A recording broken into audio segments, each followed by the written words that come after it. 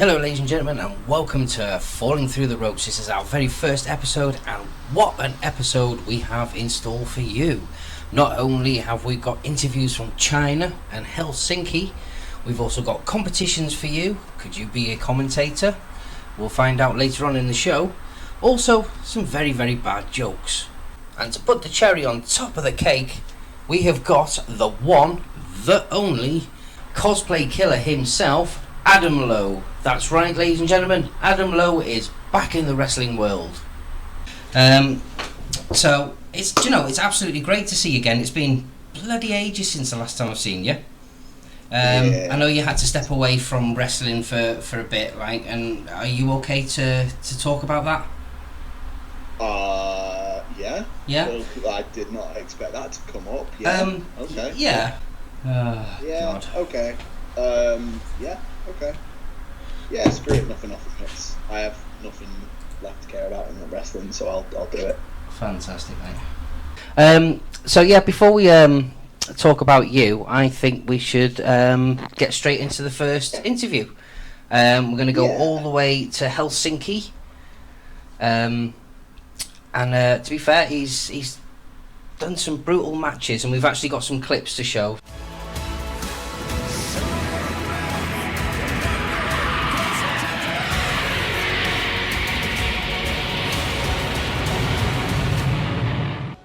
We've travelled all the way to Helsinki, and I'd like to welcome Dylan, the backbreaker Broda. I've had a look at some of your matches. One of the ones that you sent me was really fascinating. It just seemed, when I flicked through it, it was just like a normal, everyday, decent match. But then I flicked through it, and the next minute, the whole ring is covered in blood. So I don't know what the hell happened there, and I thought, this is a match that we're going to watch together, so I turned it off, so I don't know what happened, where all this bloody blood came from, so we're going to have a lot of fun watching that. I'd like to introduce you to Adam Lowe, the cosplay killer himself. Holla holla, players. How exactly did you get into wrestling in the first place? Yeah, well, it's a bit of a long story, so put those seatbelts on, I guess. I'll try to do the abridged short form version, but I grew up in Toronto, Ontario, Canada. I have 3 younger brothers and an older sister, and growing up in Canada, wrestling was a pretty big deal, especially for, I guess, young boys. And the heroes being the Hart family, the Hart Foundation, all that kind of stuff with the WWF at the time.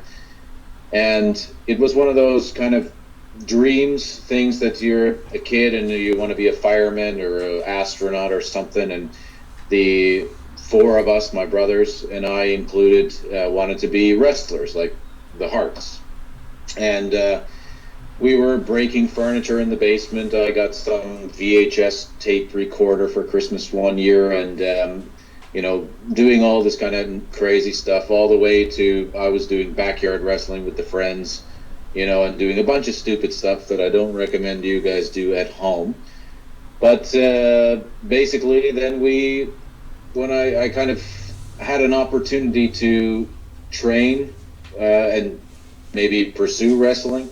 But I was also in the middle of a musical career. I played drums, and I had a bunch of tours offered to me that they would actually pay me. So I thought, maybe I'll do that instead and not break my arms and legs. And I didn't think maybe I was big enough or whatnot to really make it in the wrestling scene. And so I went around the world with a band, or a few bands anyway, and landed in Helsinki, Finland here, and eventually met Michael Starbuck Maialati, who grew up and was born in Timmins, Ontario, to Finnish parents, and then he went and trained at the Hart Family Wrestling School with Lance Storm and this old school wrestler named Carl Moffat, who was also Jason the Terrible in Japan.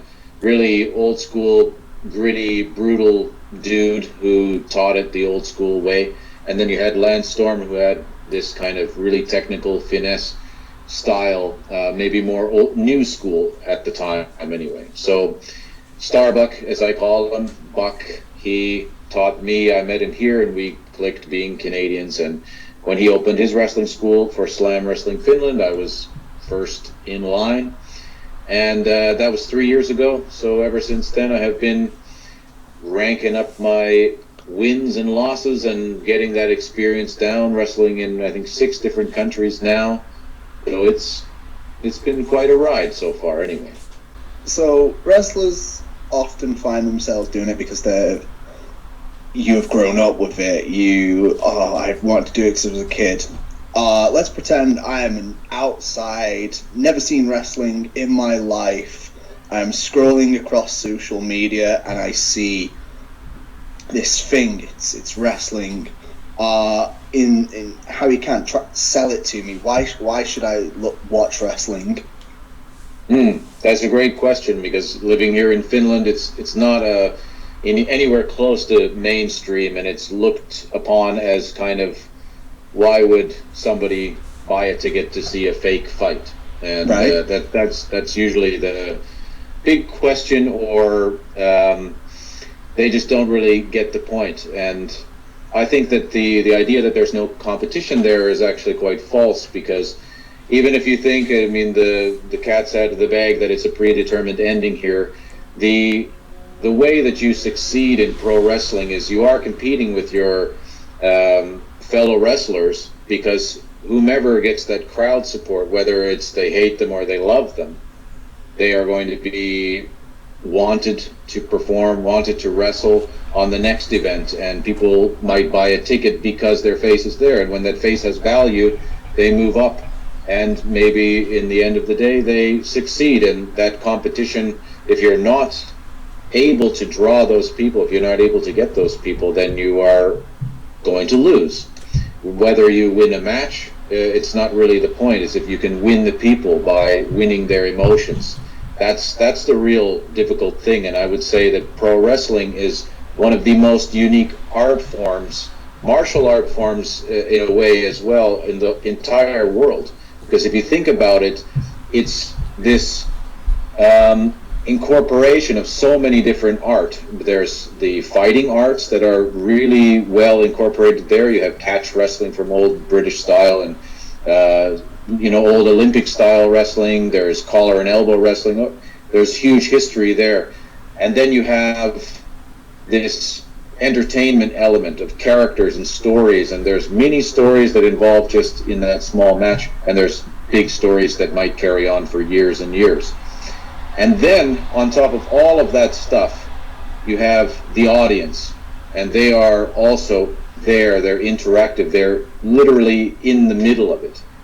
And so if you break it down in a basic wrestling match, you have 2 wrestlers, a referee, and the referee is kind of the how I feel it, because I started out doing the ref stuff, and you're kind of this liaison to the crowd, kind of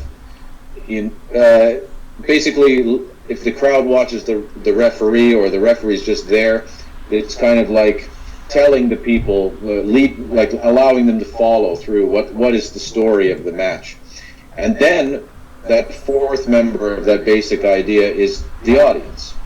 And if the audience is involved in the actual matches, and they are players in this form of, I guess, theatrical violence, if you want to call it that, and I think it's the only art form that you will see that, where you can go as an audience member, you can interact, you can let out all your stresses, all your anger that you've had at that nasty asshole, which is usually me, and he's going to give it back to you. And so you're going to be able to have this expression, and you're going to be able to get behind somebody, and if they win and you want them to win, you can express that.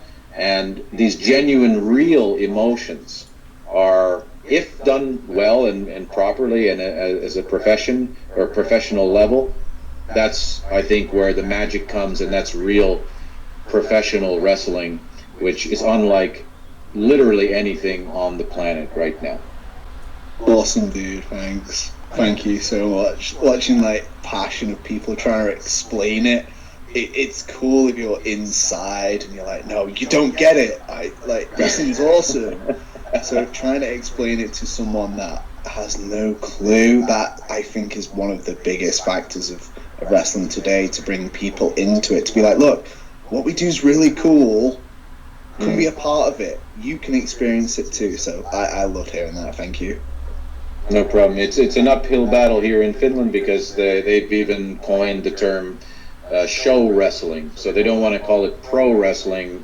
The media likes to call it show wrestling, which I think kind of defeats the purpose. It kind of gives the trick away, if you want it. I think people want to be, maybe tricked is the wrong way, but you don't go to see a magician because you know that it's all just a trick, it's all just a work. You go there to just try to go like, I don't know how he does it, and I'm gonna love it anyway. So I think pro wrestling is the appropriate title.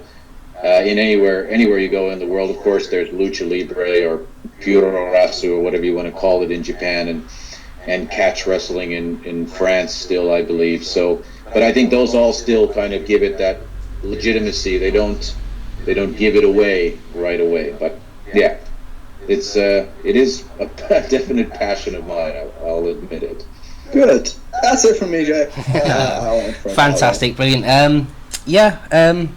I started becoming a wrestling fan again in sort of like 2000, and it was watching the Royal Rumble.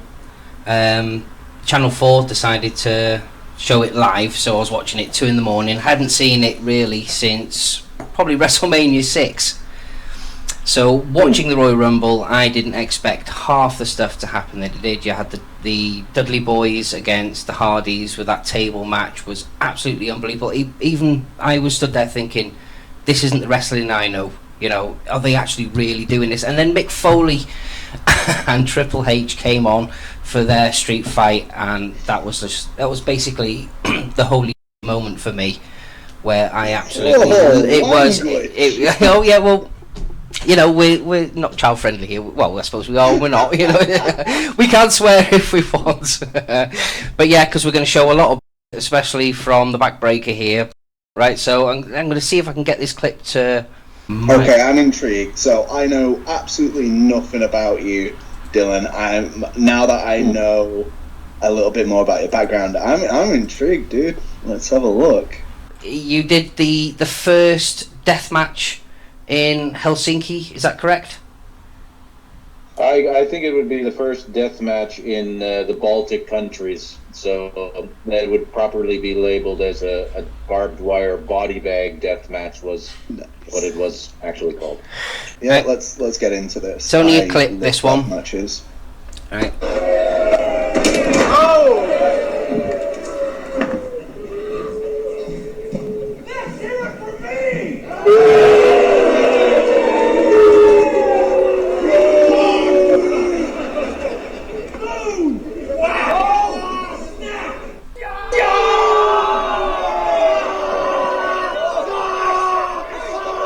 Yeah, well, he deserved it, by the way. So. This is Nick finally one of my most hated rivals. I've been fighting him for over a year, and this was basically the last match that we were going to have. It was my tribute to Terry Funk, by the way. Oh yes, it's absolutely saddened what's happened.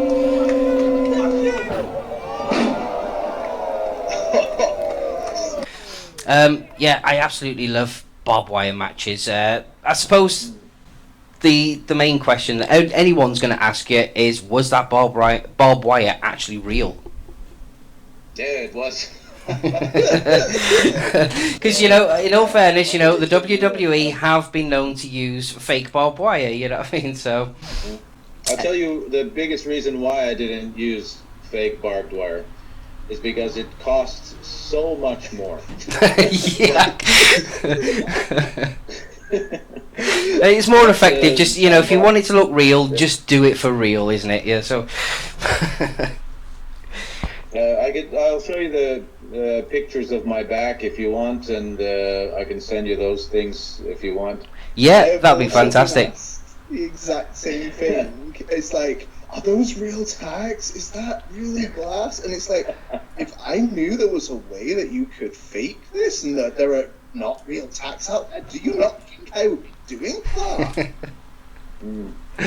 I have had a tip before as well that was if you're going to use barbed wire, there's this idea that you're going to dull the barbs, so it, I guess, doesn't hurt as much is the idea. But in reality, what I think Sabu had said, yeah, you want it to be super sharp because you don't want to hit dull spikes because that's going to hurt way more. You want it to go in and out, and you don't, and that's how you want it to be. Hit that barbed wire hard, and then it's just a little prick, and you're good. So, but this, yeah, I got cut up pretty good. But to be honest with you, maybe I'm a sick person, but I have dreamed about doing a barbed wire match, and I campaigned to do the barbed wire match, and here I was we wrapped the barbed wire around the ropes, and I made a barbed wire board, and unfortunately I was the one to go in through it, which, yeah, that sucked big time. But when you heard that crowd, actually that was probably the most painful thing I have ever happened to me in a wrestling match, going through this barbed wire board off the apron, and the crowd started chanting in Finnish. I'll say it in Finnish, but it's basically what the F. But they said "Mitä vittua." It's like the chant "Mitä vittua, mitä vittua."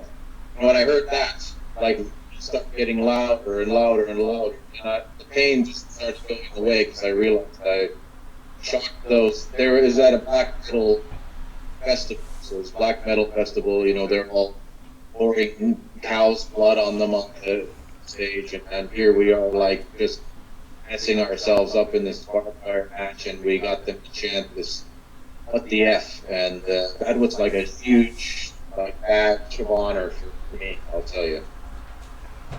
Fantastic. See, I absolutely love hardcore matches. Have you ever tried the scaffolding match yet? No, I think probably they won't allow. Actually, the weird thing I found out later was that technically this would have been illegal in Finland, but nobody have planning permission. So I think the scaffold match might be off the cards, but let's see. There's still time. Any questions, Adam? Yeah. To people that don't get it, they will see hardcore and death matches as, I don't understand it. This is just pure, unadulterated violence. Explain to me, how does blood and this form of entertainment, how does blood enhance the experience? Or how does hardcore enhance the experience? Yeah, I mean, I look at wrestling as a musician in a lot of ways, that there's like these genres of music, and so as well as in martial arts you have genres of martial arts. You have karate, kung fu, then there's UFC, the mixed martial arts, and taekwondo, where you're just going for the points and things like that, and there's street fighting as well. And in music you have pop, you have pop rock, and I don't know, I'm all out of the scene now. But then you go all the way, there's death metal.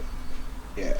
And there is something there that it's not, you can't find in a Nickelback song.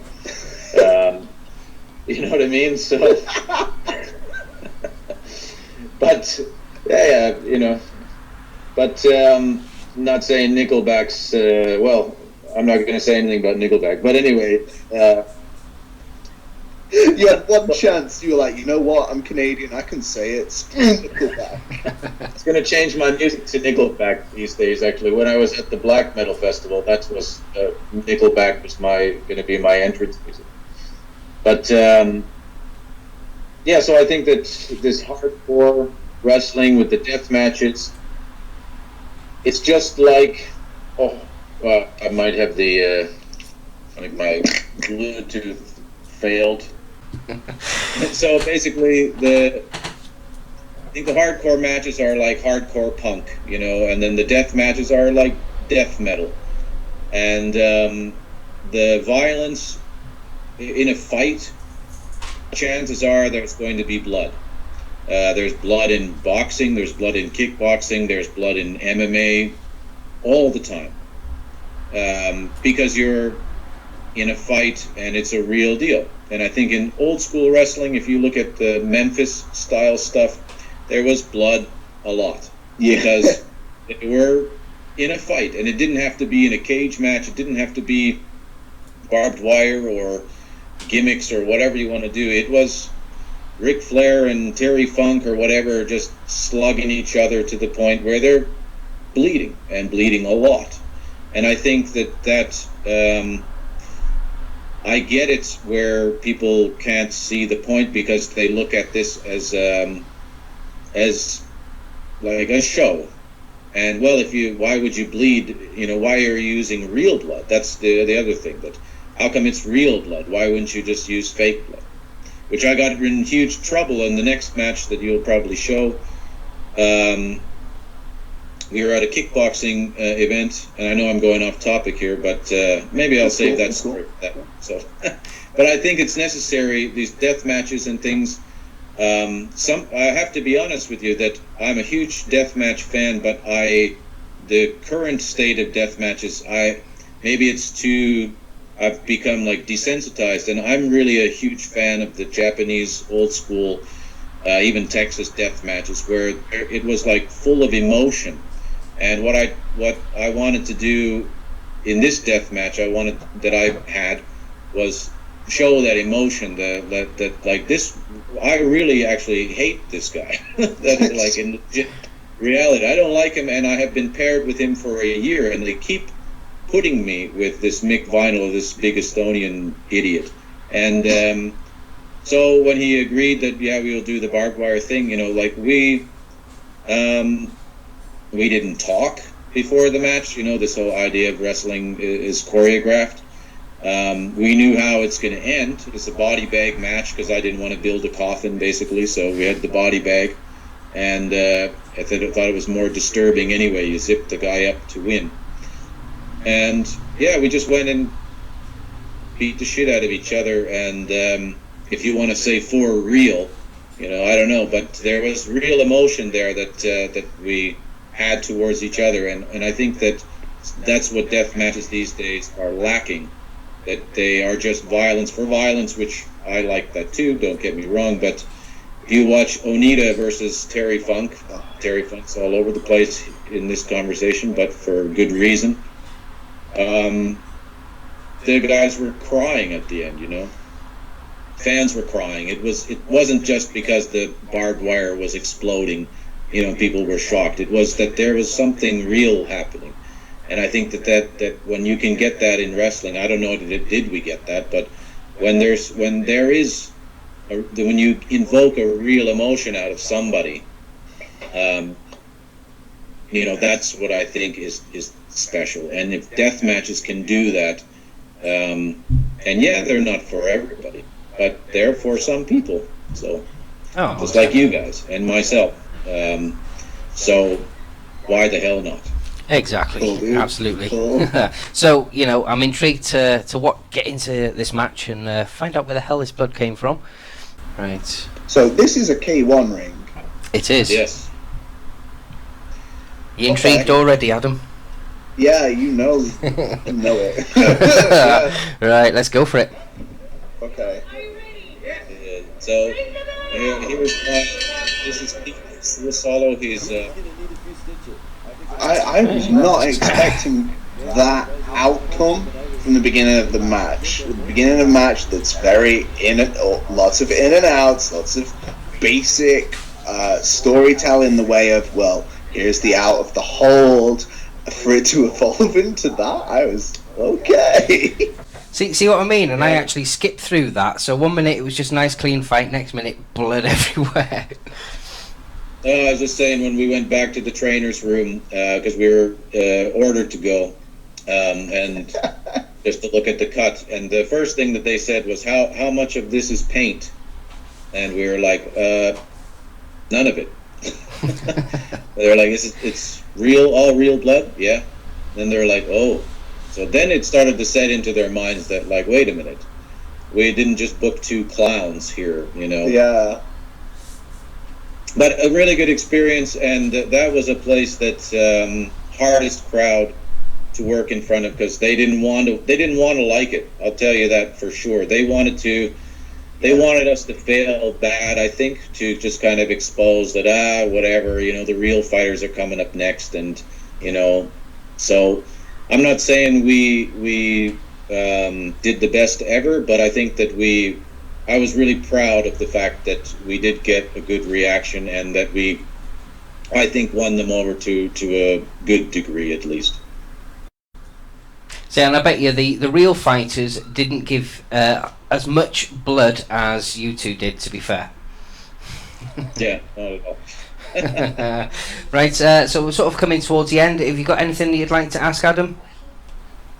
I want to ask, so if you could change, everyone has a different perspective and experience of wrestling. Some people have good experiences, bad, but throughout all of it, there's always things that can be improved on. So wrestling as it is right now left the pandemic. A lot of countries could not go to live wrestling. What would you change about wrestling now? It's a good question, because wrestling is an ever-evolving art form, as everything, you know. Like I said, from the fighting arts, you know, that has evolved, especially like with this MMA. Like I said, if you watch the first UFC and then watch what UFC, for example, is putting out now, it's a very different product, a very different style, art form. And then again with movies and music, it's the same thing. So as much as I enjoy like this hyper athletic wrestling that we see now with the really spectacular stunts, and things that you know, normal people just won't be able to physically do. Of course, then at the same time, people are not physically going to also do them in a fight. And maybe what I'd like to see changed about wrestling as in the mainstream side of wrestling. I don't mean in mainstream, because I don't know if wrestling is mainstream yet, or has it ever been, but I would like to see people being trained in a way that they can call it in the ring. Because I believe, and of course I'm open to anybody's interpretation, because I think wrestling is for everyone, and there should be something for everyone in wrestling, whether you want to choreograph it to the T, or whether you want to improvise everything, as in call the finish on the fly, like get the ref to tell you who's going over and when. But I think that the art form of professional wrestling as a martial art and as an entertainment art is the ability to improvise, read the room, and call it in the ring.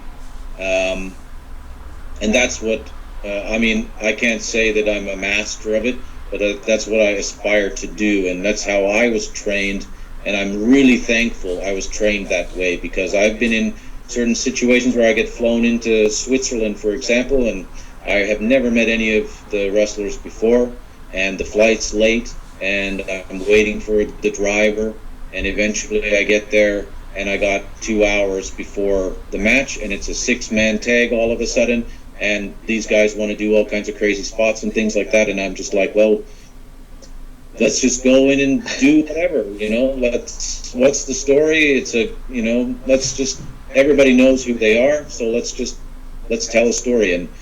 And I think that there's a lot of wrestlers who have been in it for a long, long time. I have been professionally wrestling for 3 years, and I can say, and not trying to be cocky, but I can say that there's wrestlers that I have worked with that have been in the business for over 10 years, and they are not in anywhere comfortable to call it in the ring. They could be, I would love all their matches and think that they're just fantastic, and like just unbelievable wrestlers and not taking absolutely anything away from them. But this almost lost art of calling it there, improvising, working on the fly, I wish and hope that more people are inspired to train that way, because it is hard. It's probably one of the hardest things about wrestling. You know, if you want to do like a whatever, like the Sasuke special, the whatever cartwheel to the moonsault out of the ring, yeah, you know, that's hard. I'm not doing that, but you know, I think that people should take the time and learn how to work on the fly and call it in the ring, and because that, I think, is the real art form of pro wrestling. Okay, thank you for that, dude. Like, in the UK, we all start young, so like, hearing that you've only been doing it for 3 years, I'm like, oh, okay, cool. But I forget, like, in the UK, people start at like 10, and they just don't stop. We're all taught. So I'm not saying all taught. Where I was taught is on the fly. The way in my school where we were allowed to go and do outsides is the way we graduated was you had to do an hour fly on the an hour match on the fly, all in the ring. You wouldn't know you'd be doing it until that morning. And then all of a sudden, click, right, in you go, right, an hour on the fly. And then obviously when you graduate, and then someone else needs to do it, you've got to come in, do the hour fly for them. And then obviously people don't understand, the more experienced people lead matches, so we get times now, like, in the rings where people get injured. You've still got to go, but how do we adapt now? And it's either just the ref's going to call it. But dude, thank you so much for that. Thank you. No, not at all. I'm happy that there's other people who share my opinion, you know. Right, I'd like to... Anything else you want, Jay? No, I'd just like to say thank you, Dylan, for joining us. We'd love to have you on the show again, so if you've got any more matches you'd like to share with us, we'd love to give them a watch. Well, are you going to put all of the links? Appreciate you guys having me here, and when I get that barbed wire match, the barbed wire body bag death match in a proper form that I can send it to you, and then maybe we can watch along with that, and you can tell me if I lived up the death match standard. Oh, most definitely, absolutely. We'll be up for that, won't we, Adam? I'd love to. So the last thing from me, I am an absolute no one. Never seen wrestling ever before in my life. I see you, and I know nothing about Dylan Brody or Dylan, whatever your character is. So sell me a character. What, in a nutshell, sell me a character. All right. Well, I have to say that, oh snap, this is Dylan the Backbreaker Broda from Toronto, Ontario, Canada, and I'm right here on this podcast that I can't remember the name of because I really do not care. But what I can tell you you're going to care about is when I take that little scrawny boy on the other end of this screen that I can see, drag him feet first into that ring, hoist him above my head, and oh snap, I'm going to break his back. And that is what you are going to remember. Ha! Fantastic, man. Thank you so much again. Definitely love to have you back on the show. So yeah, when you do get that death match, we'll give it a good watch. Yeah, thanks guys, appreciate it. And you're not a scrawny boy, but you know, had to throw it in there. Dude, I'm fine. I'm a little weasel. I know exactly what I am. If we ever in the ring, I'd absolutely destroy you, and that's cool and all, but you want to pick on me, little British weasel, I don't care. I'll eat you. Hey, let's see, I'm going to be in south of London October next month doing some Comic-Con event, so hop down there and let's see what you got. Peace out, yeah. Oh, most definitely. Gotta send you down there.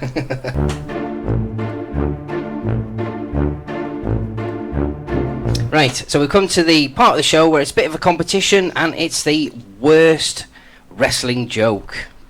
So what we're going to do is we're going to ask viewers to tell us their worst wrestling joke, and if you can just put it in the comments below and we might possibly read them out.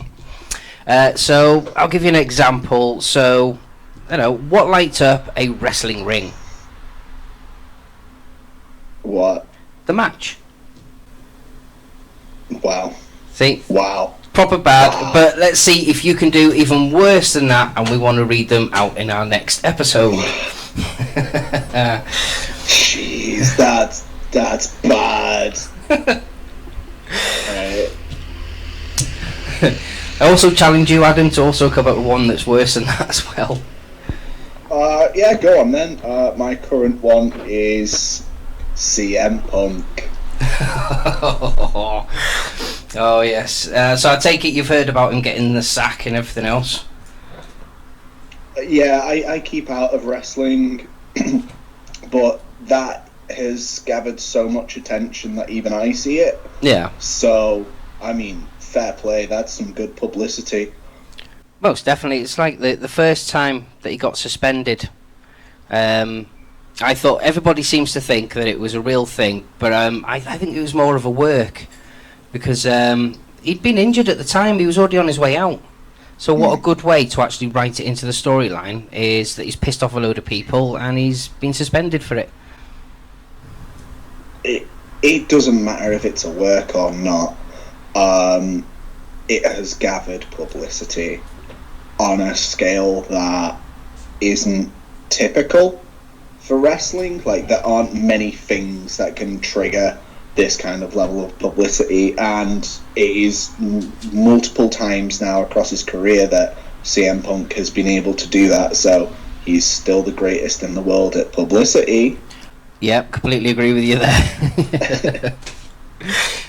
Yeah, I don't really keep up with the news either, the AEW or WWE, so that's why I have asked the Powerbomb Nation to supply the American pro wrestling mainstream news.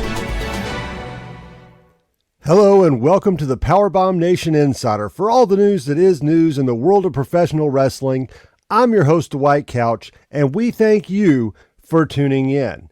I would like to start and announce our partnership with the crew over at Falling Through the Ropes, and I would like to personally thank them for choosing the Powerbomb Nation as their choice and official news provider of their podcast. Before we get started, we want to pay our respects to two of the most prolific professional wrestlers to ever step foot in the squared circle. I'm talking about the recent passing of Terry Funk and, of course, Wyndham Rotunda, also known as Bray Wyatt. So please, let's take a moment.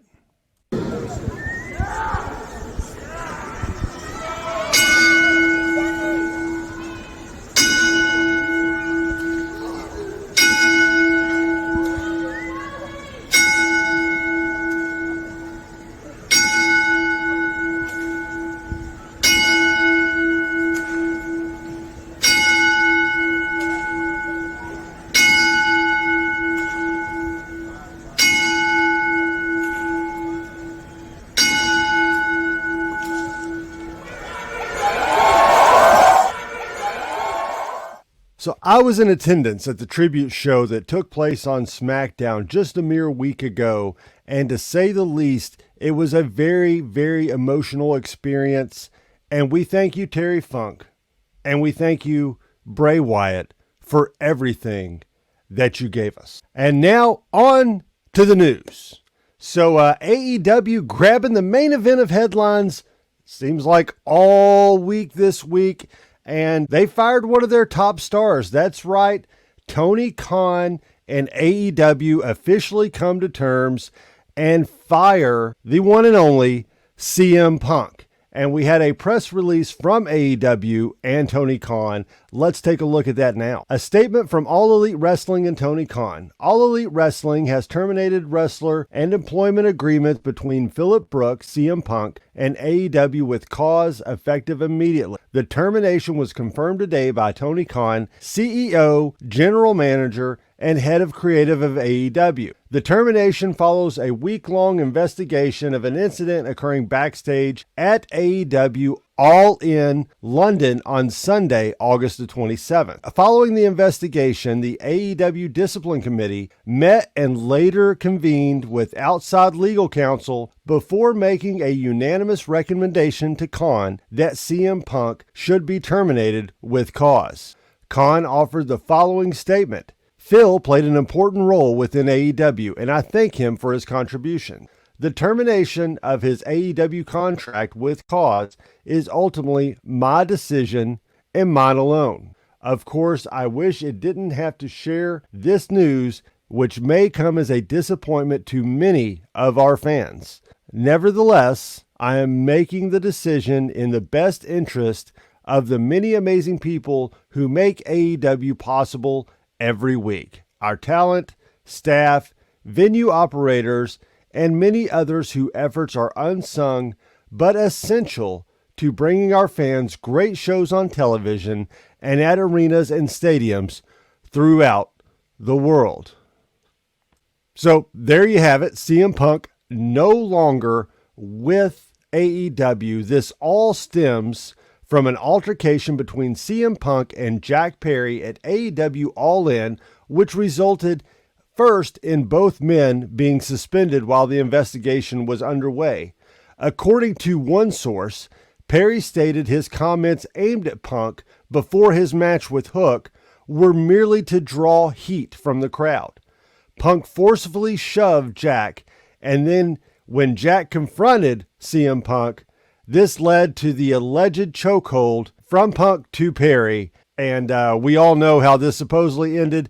Tony Khan was said to have swiftly intervened and ordering CM Punk to release Perry immediately. This had to wind up being broke up by several staff members, and it was very unsure that the first match was going to happen in London. Allegedly, that's when Punk directed his frustration towards Tony Khan. It is reported that he lunged in Khan's direction, shouting, "I quit," and began knocking over monitors and everything in the gorilla position. Samoa Joe was able to calm Punk down and had their match, which opened the show at All In, being reported as a genuine leadership move backstage for Samoa Joe, as the locker room really looked to him as he took control of the situation and the evening. So without Samoa Joe, the whole show could have went way further south, and this could have been a much more escalated situation.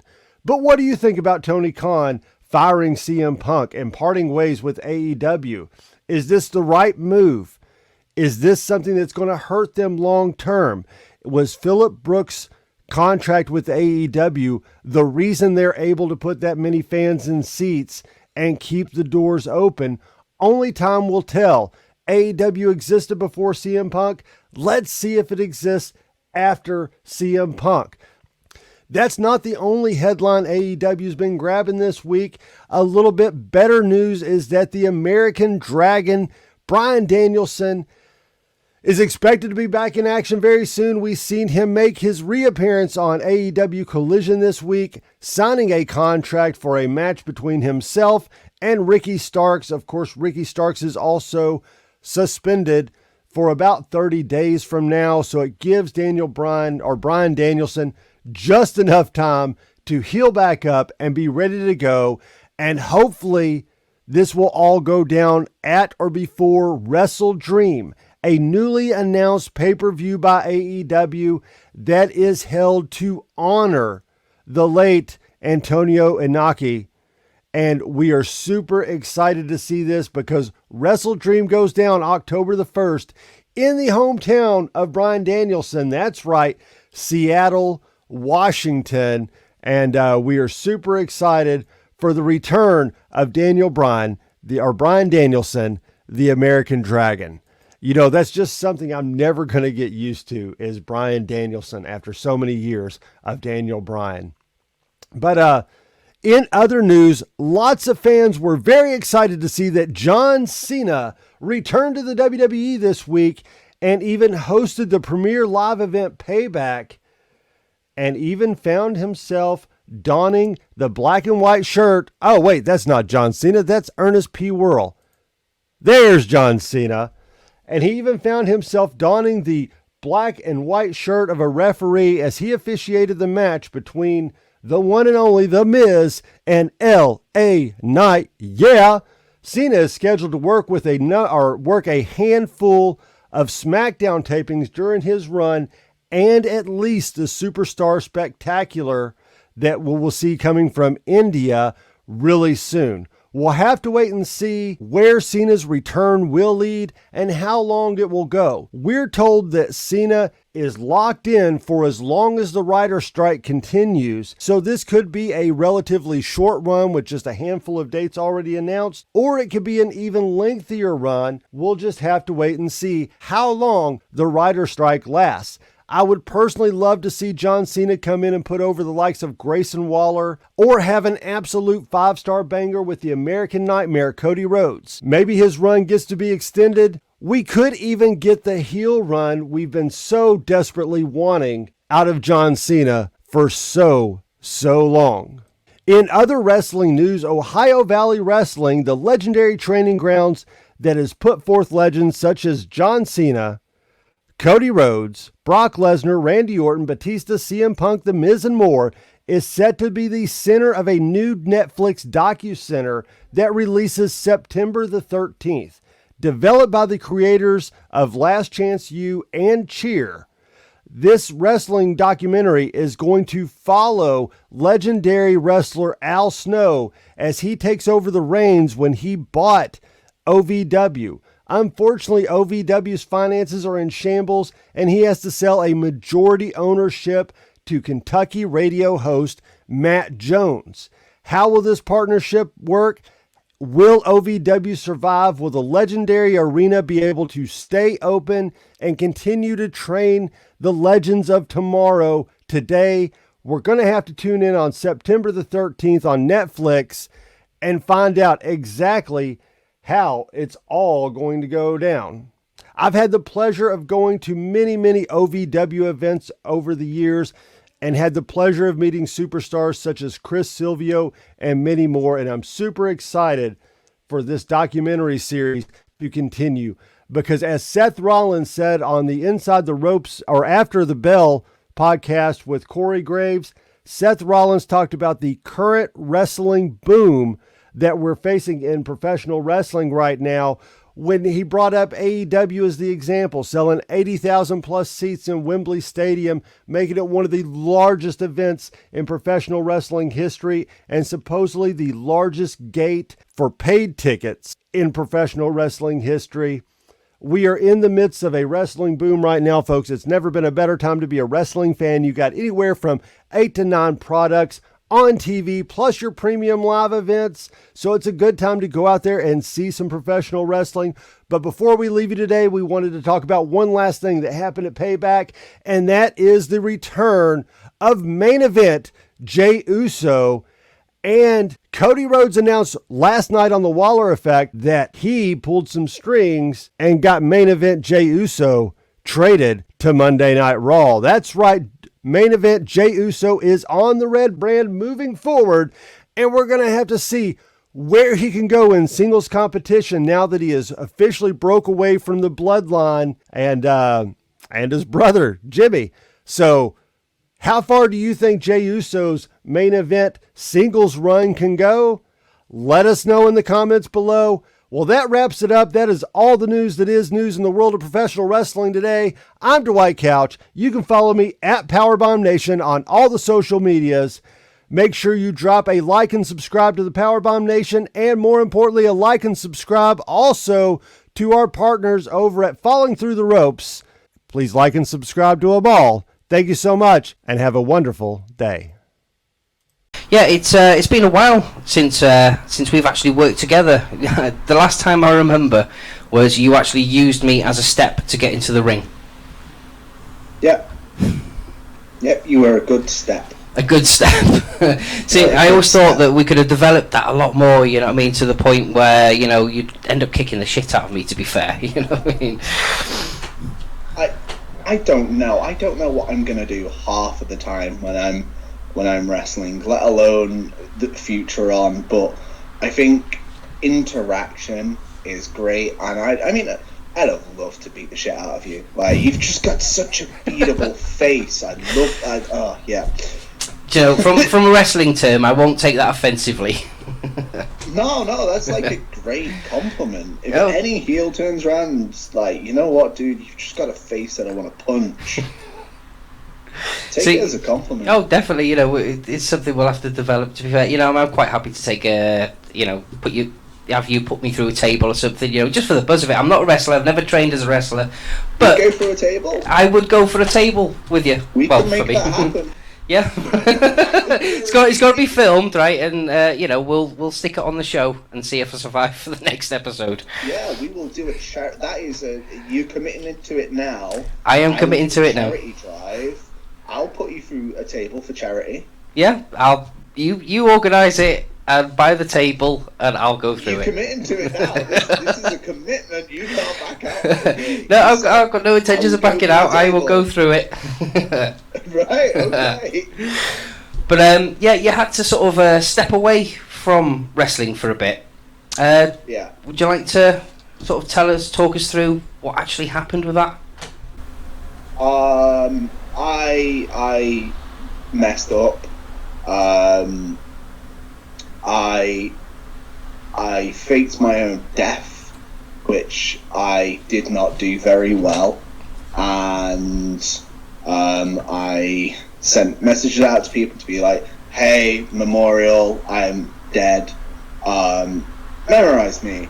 And it went out to anyone that had interacted in the last 30 or 60 days. It was an automated thing on Instagram. I used Hootsuite to just send them out.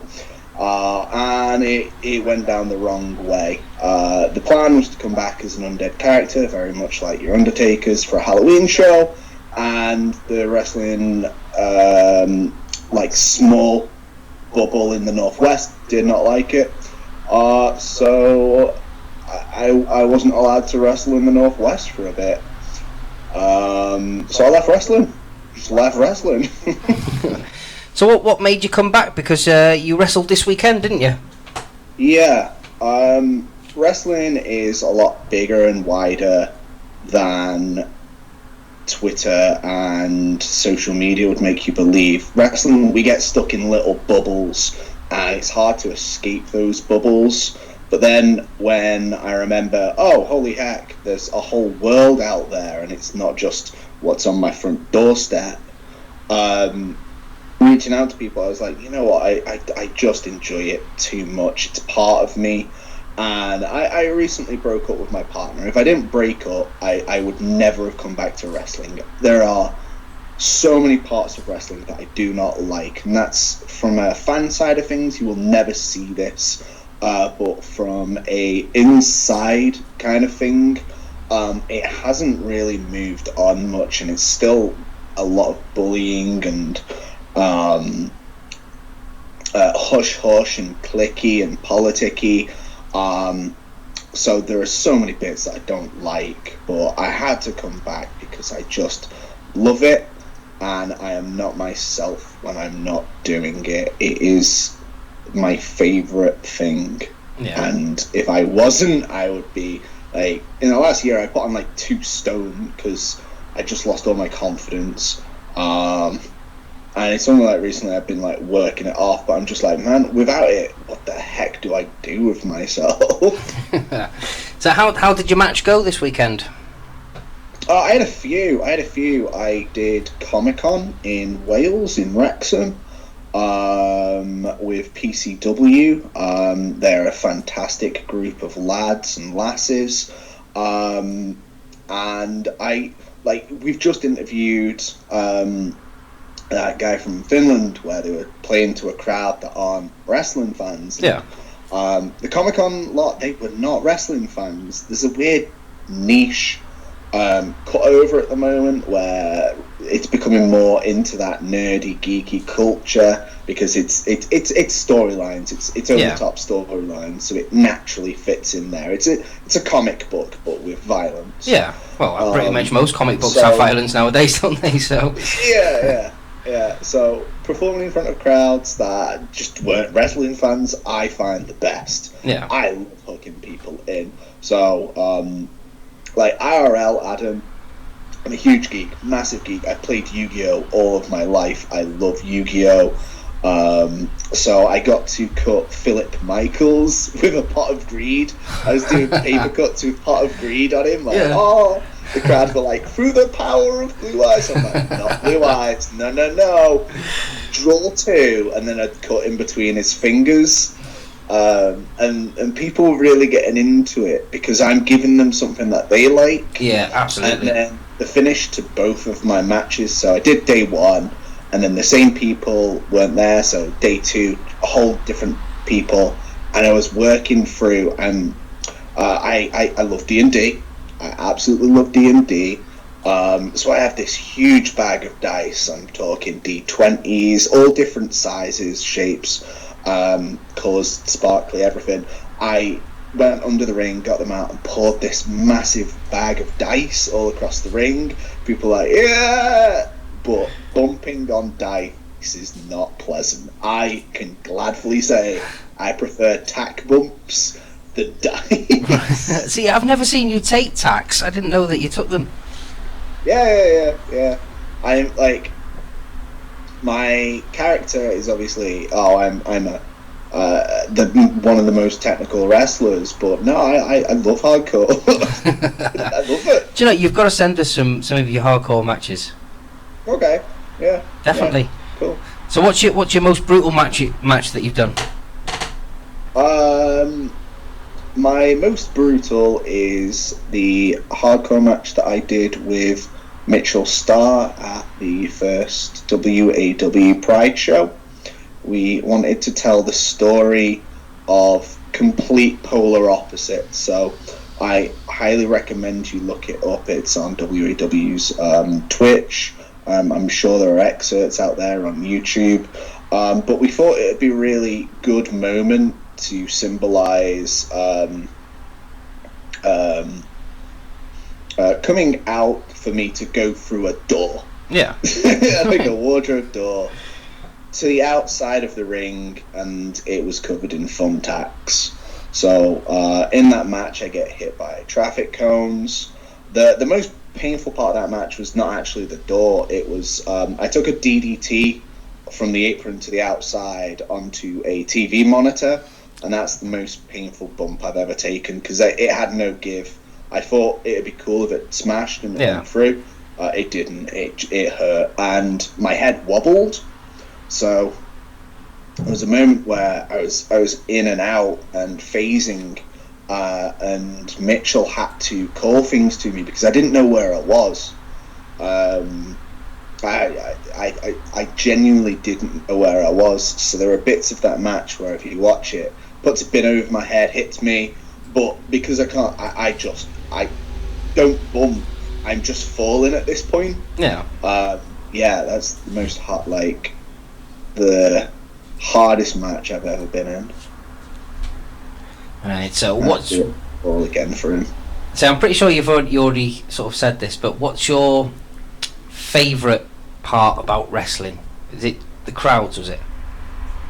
No, oh no, that was sorry, that was Dylan. I'm getting too mixed up now. Yeah, so yeah, my favourite part of wrestling is because you told us what what's bad, but what's good. You will never live a life like the wrestling experiences you have. There are so many things that I have done that I would never expect to do in a normal 9-to-5 working life. Like throughout the week you just mundanely get by, and then the weekend comes and you get to meet all these groups of friends and new people. You get to travel to places you've never been. Like wrestling, my favourite bit, it's so hard to sum up, but it's the experiences you have, the people that you meet, I love it, all of it. Fantastic. It's great to see you back, you know what I mean? I'm glad you didn't let your experience put you down too long. Thanks. So, do you have what it takes to be a commentator? So, you're going to watch at the end of the show. We've got a full match. It's from Big Sam, who I had an interview with this morning.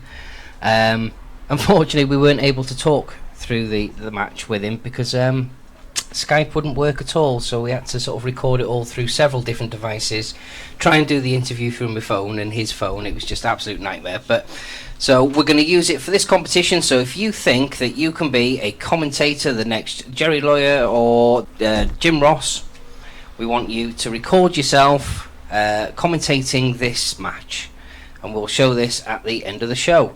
So I'd like to thank Adam so much. You're absolutely brilliant. So glad that you're back in the squared circle, and hopefully you're going to do this show with me more often, pretty much every single one. So. I hope so, because I do love your input. It's absolutely brilliant. I love working with you, mate. And like I said, I'm even willing to go through a table for you. You've committed to it. I have committed to it. So like I say, you sort it out. You pay for the table. I donate to charity, like, of my own money, and I'm not talking like a little amount. I will put £50 towards a charity of your choice, and I will put you through a table. You commit to it. Yep, go on then. I'll do it. Like I say, you sort it out. You give me a date, time, location, and we'll film it and we'll put it on the show. Sounds good to me, bud. Right, fantastic. Thank you. Is there anything else you want to say before we go? No, dude, we got time. We got loads more to do. Absolutely, so much. Right, so thank you so much, mate. I will see you on the next episode. Peace out, dude. I love you. Love you too, mate. See ya.